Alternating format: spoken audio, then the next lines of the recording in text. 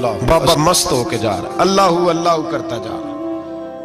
एक तवाइफ अपने कोठे से उतर के तो सीढ़ियों पे बैठी थी, साथ उसका यार भी बैठा था। बाबा अपनी मस्ती में जा रहा है तो बाबा जी के पैरों से कुछ मिट्टी उड़ी तो उस औरत के कपड़ों पे पड़ गई। परवाह ही नहीं, बुजुर्ग गुजर रहे। वो यार उसका दौड़ा हुआ आया, उसने आकर थप्पड़ मारा, का ख्याल नहीं सारे उसके कपड़े आलूदा कर दिए, तू किधर, तेरा दिमाग नहीं ठीक। बाबे ने नजर उठाई, का बेटे मैंने देखा नहीं, चल अल्लाह तेरा भला करे, तूने बदला ले लिया।